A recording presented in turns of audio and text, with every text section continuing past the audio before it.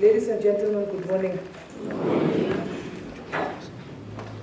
I just have a few announcements to make with regards to the military funeral that is about to proceed. On behalf of Chief of the South African National Defence Force, our sincere condolences to the family and the friends of the late Staff Sergeant A.L. Tabalaza.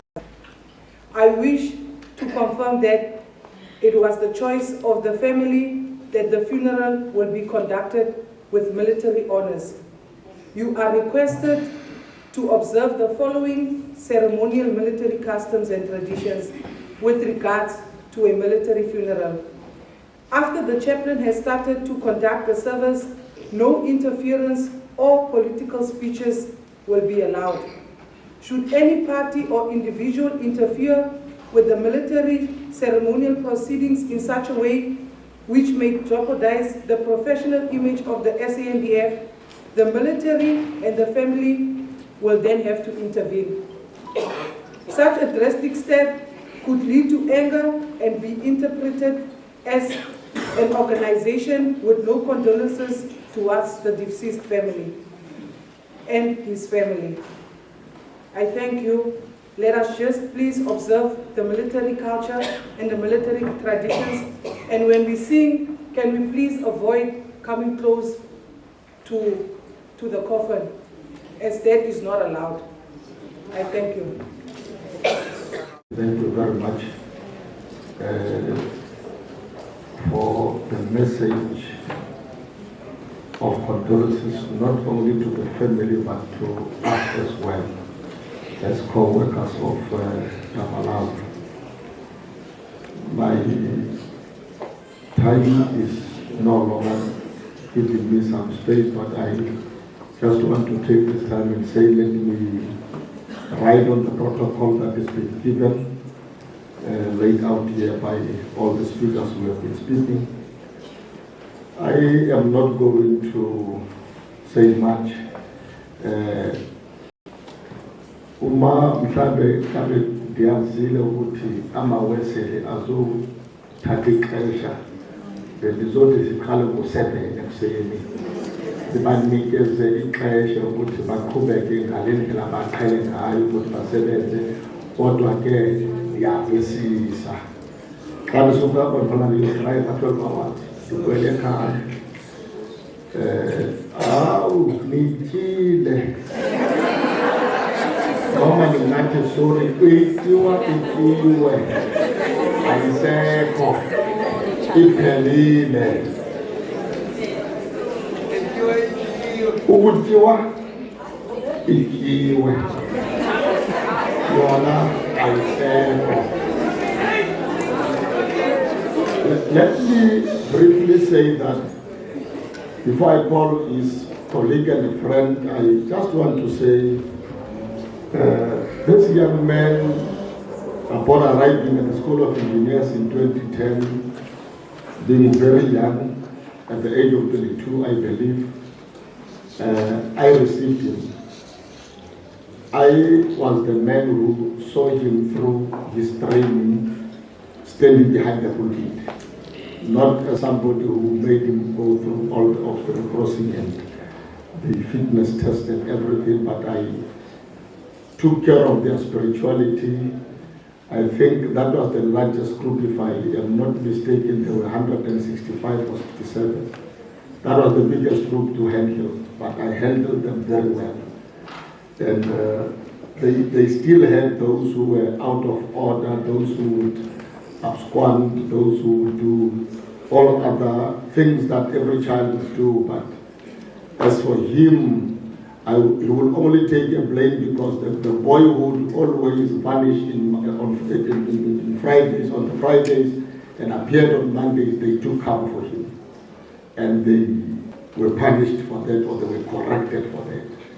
So, ladies and gentlemen, I am really happy to see. I've been here with Sergeant Major Kwahile and then Captain Kundane from Tuesday, and I saw how the Methodist works through the week. I also was here on Thursday to see how it is done. And today they were actually doing more than what they were supposed to have done on Thursday. We were supposed to do the best on Thursday, so that today you will leave us to do the rest.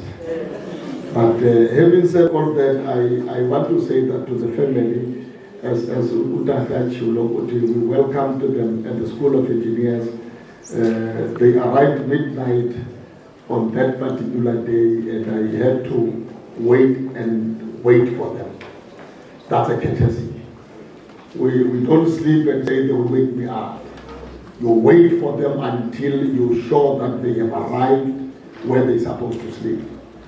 And I really want to say thank you, Mama and Malum. And I don't see Anne, I think he's running up and down. But thank you very much for also respecting the military, because we take pleasure like almost up and proceed. So to give us this opportunity to lay to rest, it is an honor to us. Thank you so much. Lieutenant Masham, I'm going to call you to come and speak as a friend. Don't talk about 21, just speak briefly, because Ladies and gentlemen, I'm going to try and use my military voice. I met the man standing here or laying in front of me in 2020. But before I say a lot of things, I'd like to say, Bye Cheyong. The words that have been uttered here actually resemble what Ayanda was. I did not know the pledge of the Methodist of the Guild, but when I heard them reciting it, I realized and I can confirm that Ayanda was an ambassador of what they were saying. He was an advocate of peace. I knew this man in 2010, but I can tell you I've never seen him angry. I know that he was a family man. He loved his family. When he spoke about Abachana Baki, I would always ask him, I can't do Abachana Banga. Because it was always Abachan. I moved to Cape Town a couple of years back. I would ask him, let's meet over the Easter weekend. You know, there are a lot of things happening in Cape Town. He would always tell me, Easter. I'll see you after. Mama,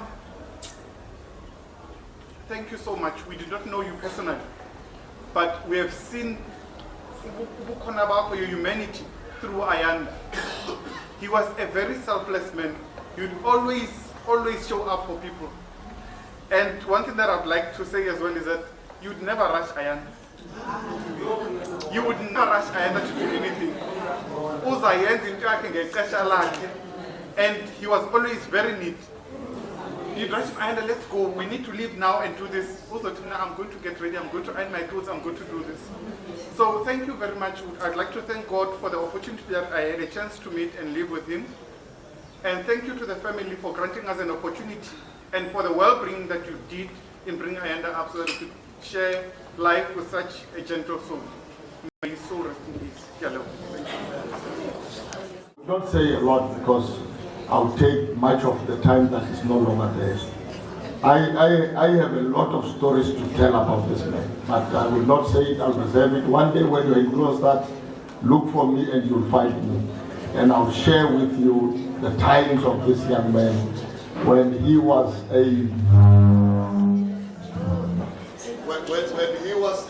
young man, when he was a troop, when he grew up in ranks. He grew up to this rank of a staff sergeant not because he was different from the others, but he was also the hard worker. And that's why you see the courses that he did a course after course. He would push harder. And having said all that, let me take also this time to call upon the section head. He was actually there in Kronstadt detached, but his unit is here in the Cape, Ehau. But whilst he was there, he reported under his section, and because he was also an instructor. At the time when he passes on, it was at the time he passed on a Sunday when the course was ending on a Tuesday. The same course that he was instructing. And every morning I would pass him there and go to them, greet them, and he would say, "No, put this right, everything goes well." Why? Because he was that kind of a man. Let me call upon Captain Kundani to come and and speak as a second head on behalf of the whole section that is remaining behind in closed country. God bless you.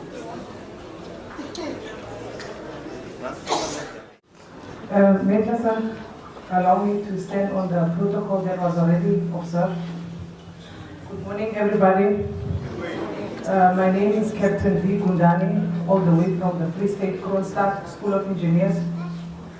I'm standing here in front of you as Staff Sergeant Tabalaza Section Head. It was someone who was working with us on a daily basis. So what I'm saying is, it's someone that I used to see each and every morning, unless if you went on vacation leave. I met Staff last year when he was doing a course called Blessbook, which is a course where we teach people how to clean water. And then immediately after that, he became an instructor. He was working with us.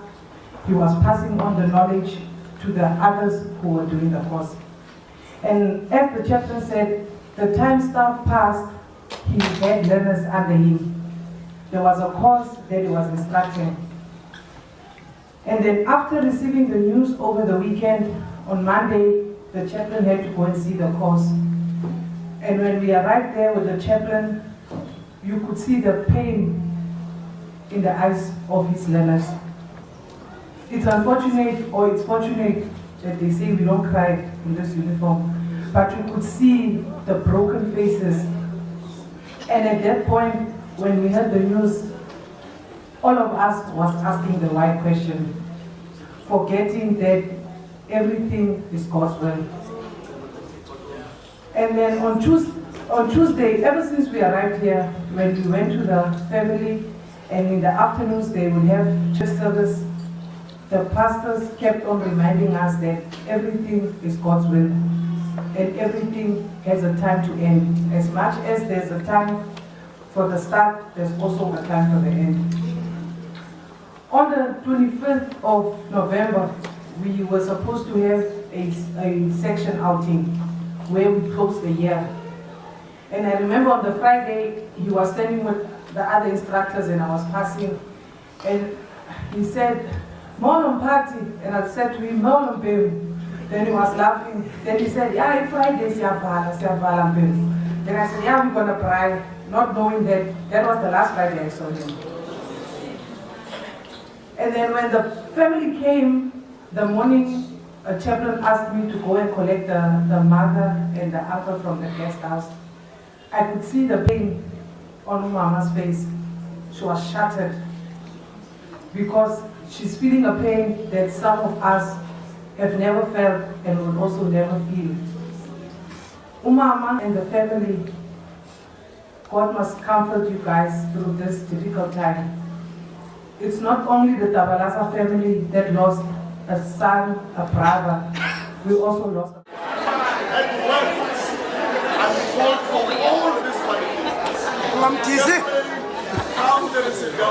Girls were found in this room, girls were found there, boys were found.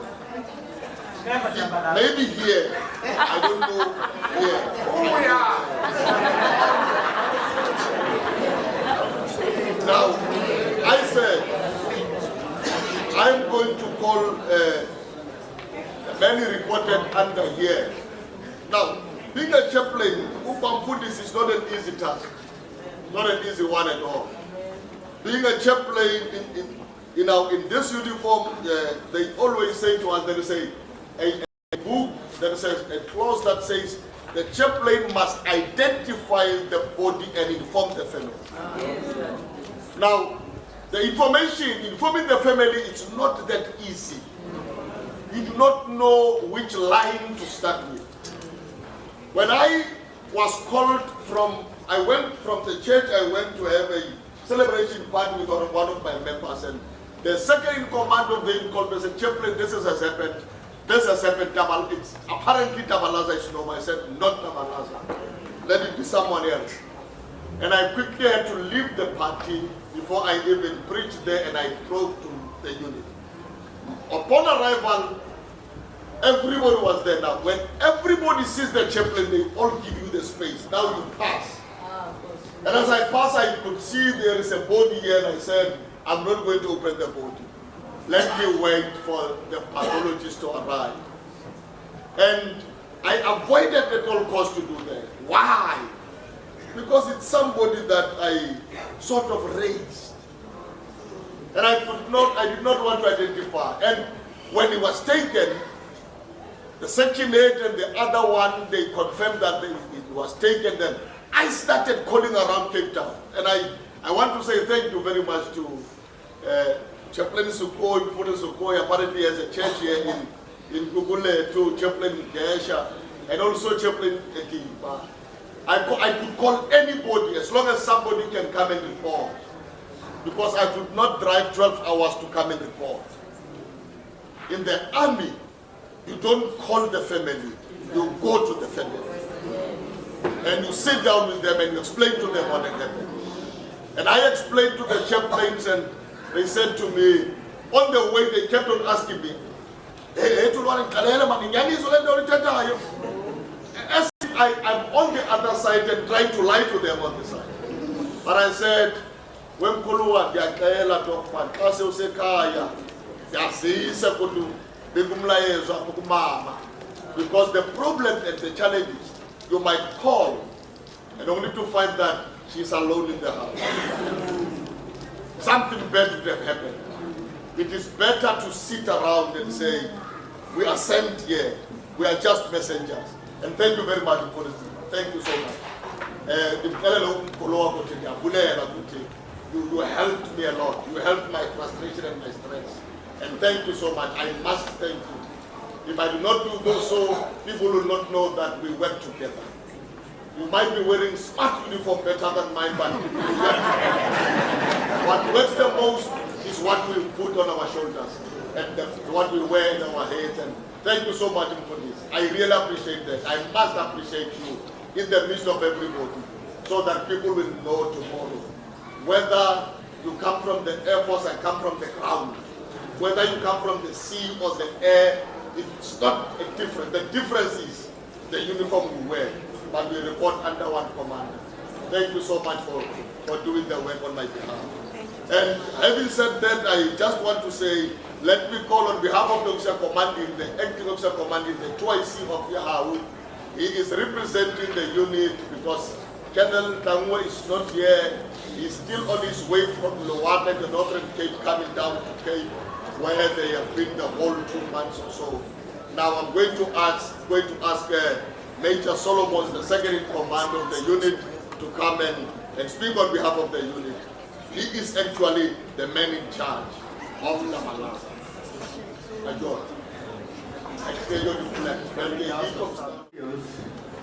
NCOs, sappers, colleagues, families, reverends, ladies and gentlemen, I want to reiterate on behalf of the Chief of the SANDF, General Rudzani Mapanya, our sincere condolences to the family and friends of the late Staff Sergeant Leroy Tabalaza. Today we gather with heavy hearts to bid farewell to Staff Sergeant Tabalaza.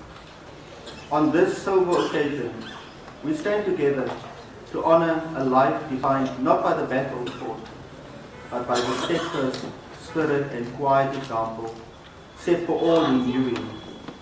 Staff Sergeant Ayanda Tabalaza, Tabs, as we all knew him, started his military career in January 2010 with a basic military training done at the School of Engineers, followed by core training where they specialize and be utilized for multiple tasks in the SA Army Engineer Corps.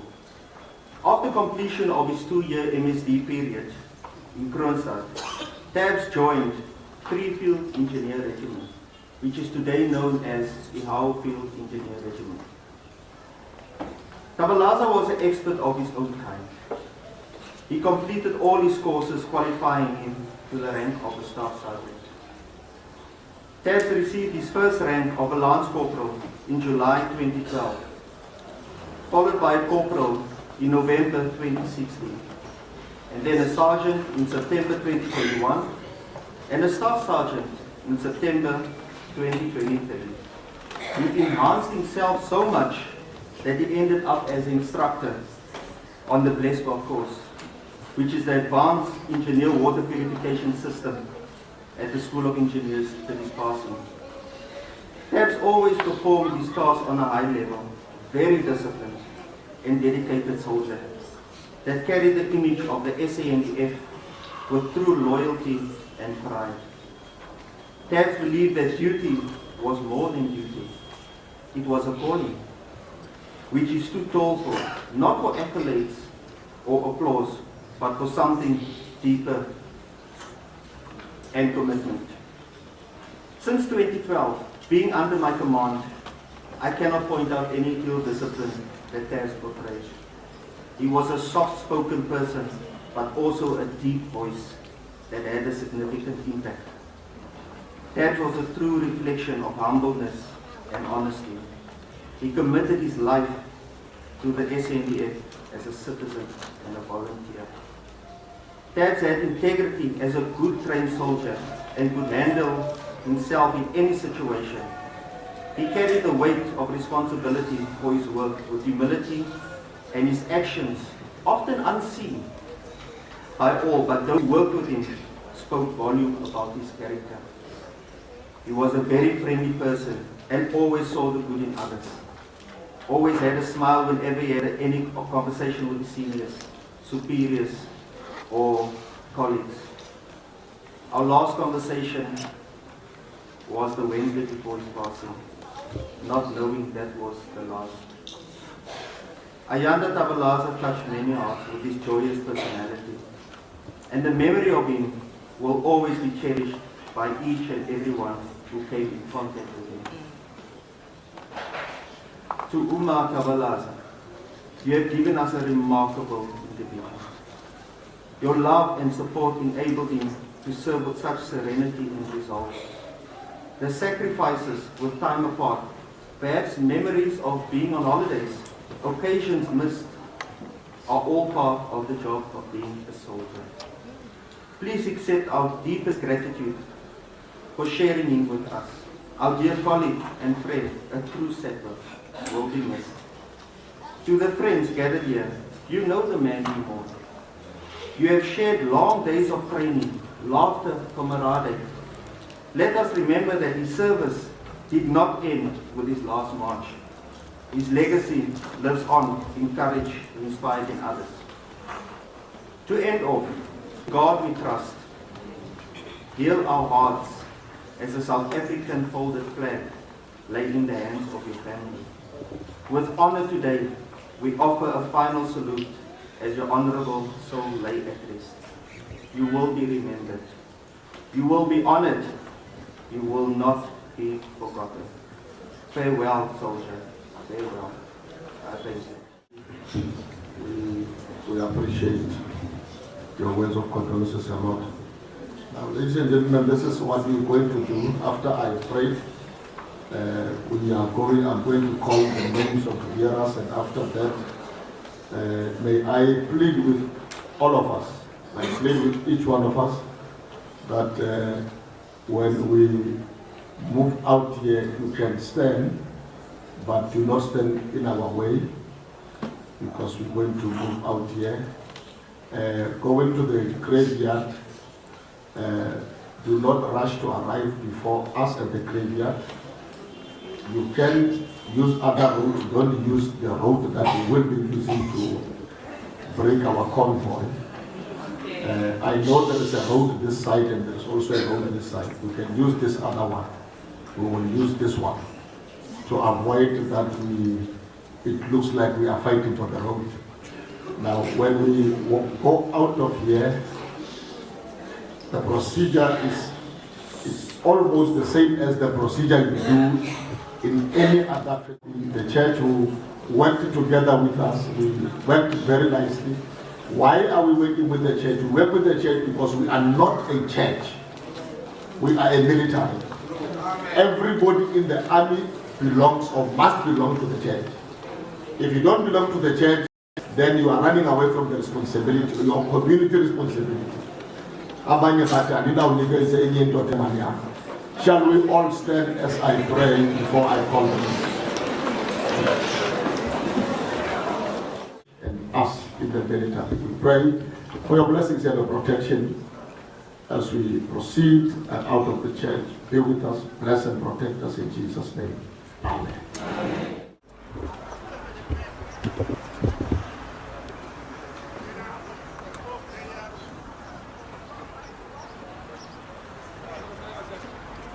All.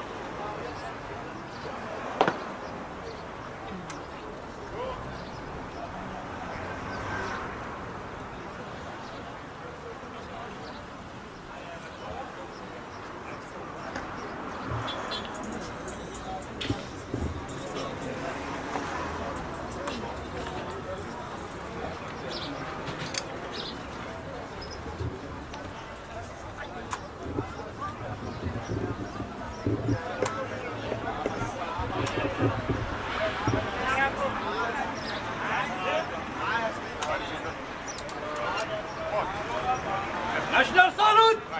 Present arms! 1, 2, 3, 1!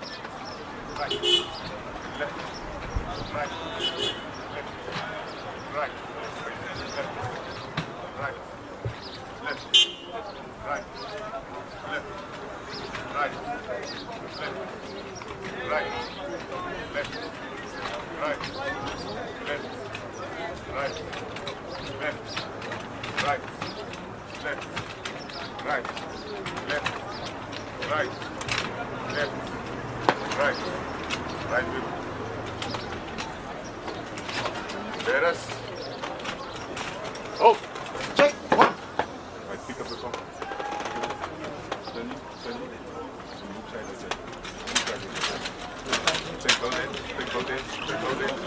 Take both ends.